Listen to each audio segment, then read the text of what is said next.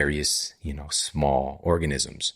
And just say, again, something that I was kind of miseducated about in school is the nature of a bacteria cell, right? The single-celled organism doesn't have a brain. It's not smart. Oh, now we know. The bacteria communicate with each other. They respond to pain. They respond to changing conditions. That sounds very similar to a nervous system to me. We might call it something else. It's not human. But these things, now again, they're proven to cause significant damage to us. I talked about recently chlorpyrifos, one of the most widely used pesticides, and the multiple studies showing how it's caused significant brain damage to children. Pregnant mothers who are exposed to this chemical, again, approved by the EPA. It's red tape right now. It's supposed to be banned. It's at the Senate floor. It's at the courts, whatever. Why isn't it just gone? It's all of these politics, man. It's all these politics. And also skyrocketing rates of miscarriage, right? It's damaging the development of the nervous system of our babies. It's crazy, right? So to say that these things are damaging our microbiome, it shouldn't even be complicated to understand. Also, processed foods. What does that even mean? What is it? Trust the process. Not when it comes to food. Not when it comes to food. It's so far removed from anything that we're designed to eat over our countless centuries of evolution in this current form, right? We've got Homo erectus, right? Homo sapien. We're becoming Homo domesticus, right? We're like becoming this domesticated. I think about the album cover, Evolution of Robin Thicke. I don't know if it's like the evolving, and then we're kind of devolving. We're eating things in such a small window of our evolution that have never existed before.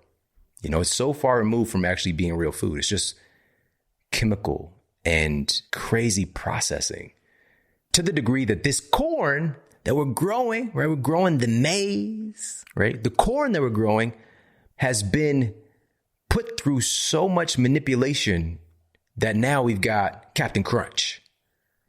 That Captain Crunch doesn't look a damn thing like corn, right? But it's derived from corn. Somehow, trust the process, not with this. Trust the process in life and other things, but not with food. Don't trust the process. But not to say, again, you can have, if you're into crunch berries, it's okay. But we want to make sure that that is the exception and not the rule. Myself, my family, where I come from, is the rule. We'll just say if I have 30 close family members of mine growing up, 28 of them are obese. I grew up in this. This was just normal. All right. Knocking down, man, I'll eat a half a box of cereal easy. Like that's a regular. And don't let me get some good cereal, because a lot of times we had the off-brand stuff. I didn't get Captain Crunch. We had King Vitamin. True story. King Vitamin was not as tasty. All right. Some of the stuff was equal. It's comparable. All right. We had we didn't have Tony the Tiger. We had, I think it was like a polar bear. Right. It wasn't Frosted Flakes. It was like Sugar Flakes with the polar bear. Polo the polar bear. They're good. Right. He's changing the motto, everything. But anyways, this is just what we were inundated with. Nearly every meal that I ate was processed foods, and wonder why we were in such a poor state of health. These foods are also destroying our bacteria cascade and really feeding opportunistic pathogenic bacteria who look for weakness in our system. It's just how nature works. So these are the things destroying our microbiome, destroying our sleep quality. We want to be more cognizant of these things so that we can avoid them. Also, haphazard use and repeated use of antibiotics. Now, at this point, for all of us, we should really get this. You need to be very aware of when you're getting a prescription for antibiotics, we want to make sure that it's for an actual bacterial infection. Because for years, they just handed out like candy. It didn't matter if it was fungal. It didn't matter if it's viral. It's called an antibiotic against life, an antibiotic, but specifically killing bacteria cells. All right. And 9 times out of 10, it doesn't care which bacteria that it's destroying.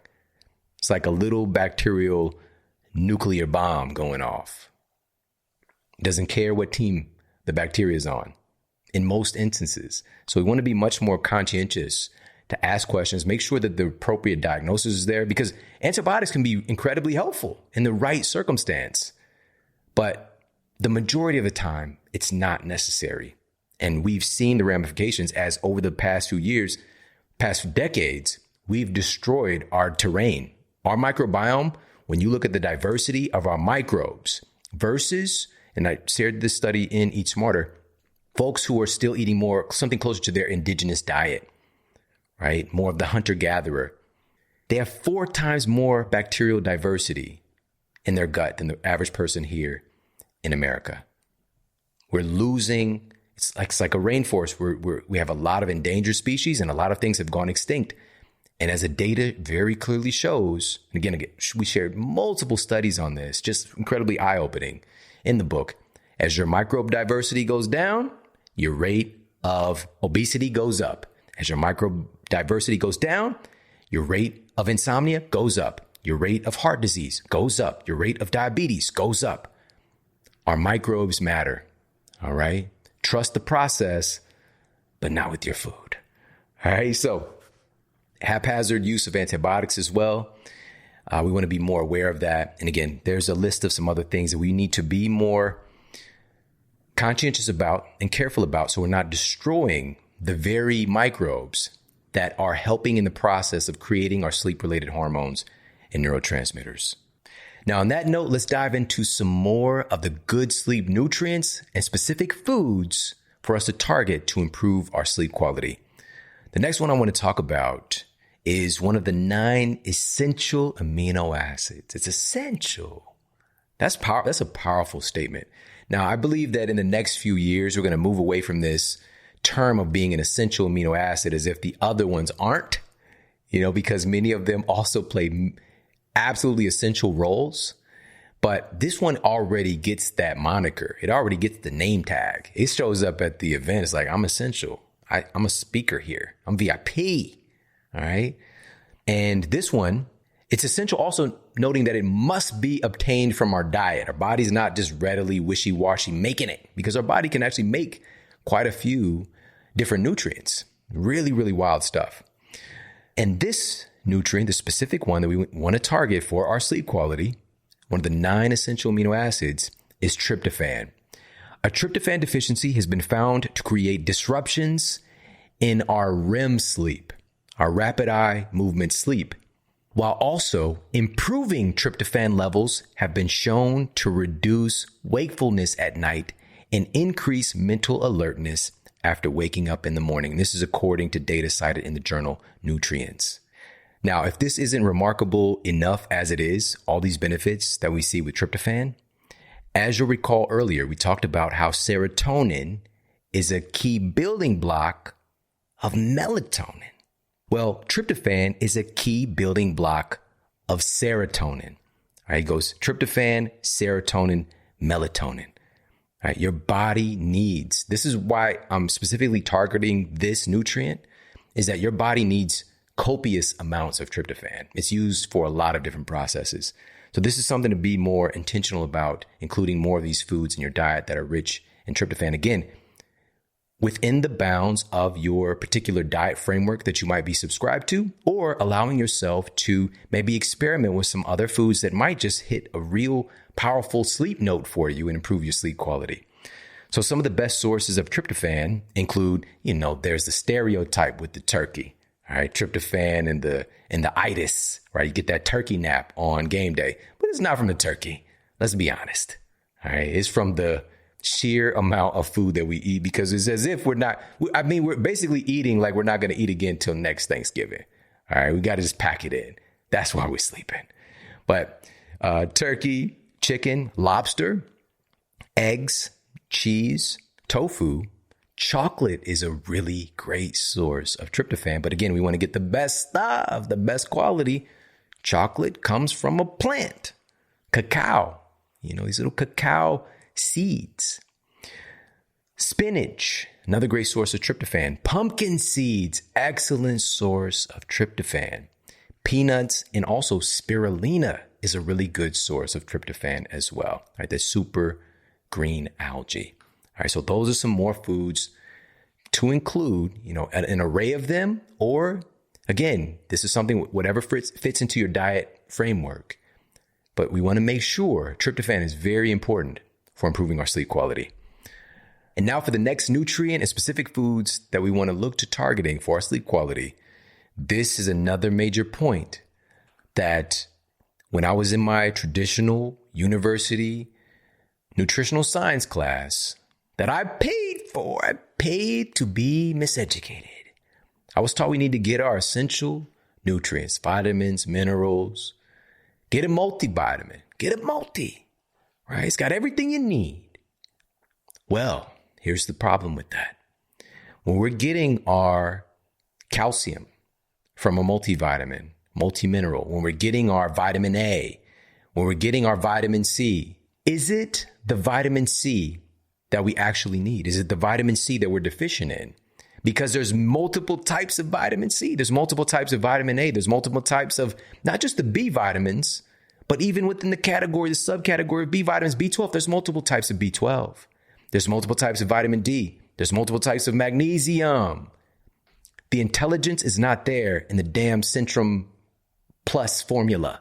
It's just not. That's why food is so powerful. It's got it all. And it also has these cofactors, these biopotentiators that make it work better in your system. That's how powerful food is. We evolved having food, not Flintstones vitamins. That's new.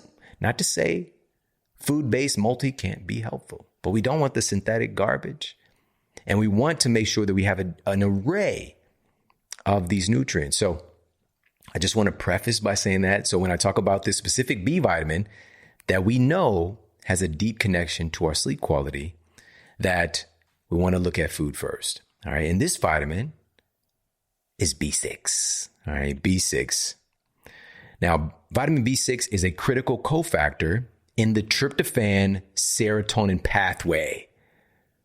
Coming into the game in its shorts, an unsuspecting demeanor, vitamin B6 plays the role of John Stockton, making the big assist in the production of both serotonin and melatonin.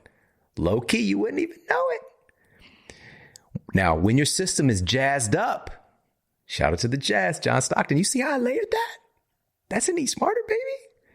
This essential vitamin helps to modulate your body's stress response and relax your nervous system. How often is our sleep disrupted? Simply because our sympathetic fight or flight nervous system, our levels of stress are just messing with us. B6 is essential in that pathway in helping to activate that parasympathetic rest and digest nervous system. That's how important it is. Some of the best sources of B6 are yogurt. There's yogurt again. It's got some value, but again, it's been used for thousands of years. Not the Go-Gurt, not the stuff we have today. Yogurt's got that B6. Salmon, tuna, eggs, chicken liver. It's a good source of B6. Chickpeas, spinach, sweet potatoes, and avocados. Now you can start to see some consistencies with foods that have more. They have multiple of these good sleep nutrients, right? So these are when we can start to stack it like, oh, wait a minute. Sweet potatoes are good for both. Get you a food who can do both, right? So B6 is one of these good sleep nutrients that we need to target. Again, targeting these foods at least several times a week, if not daily, because many of them your body needs pretty significant amounts because they're responsible for so many different functions. All right, let's jump to the next one.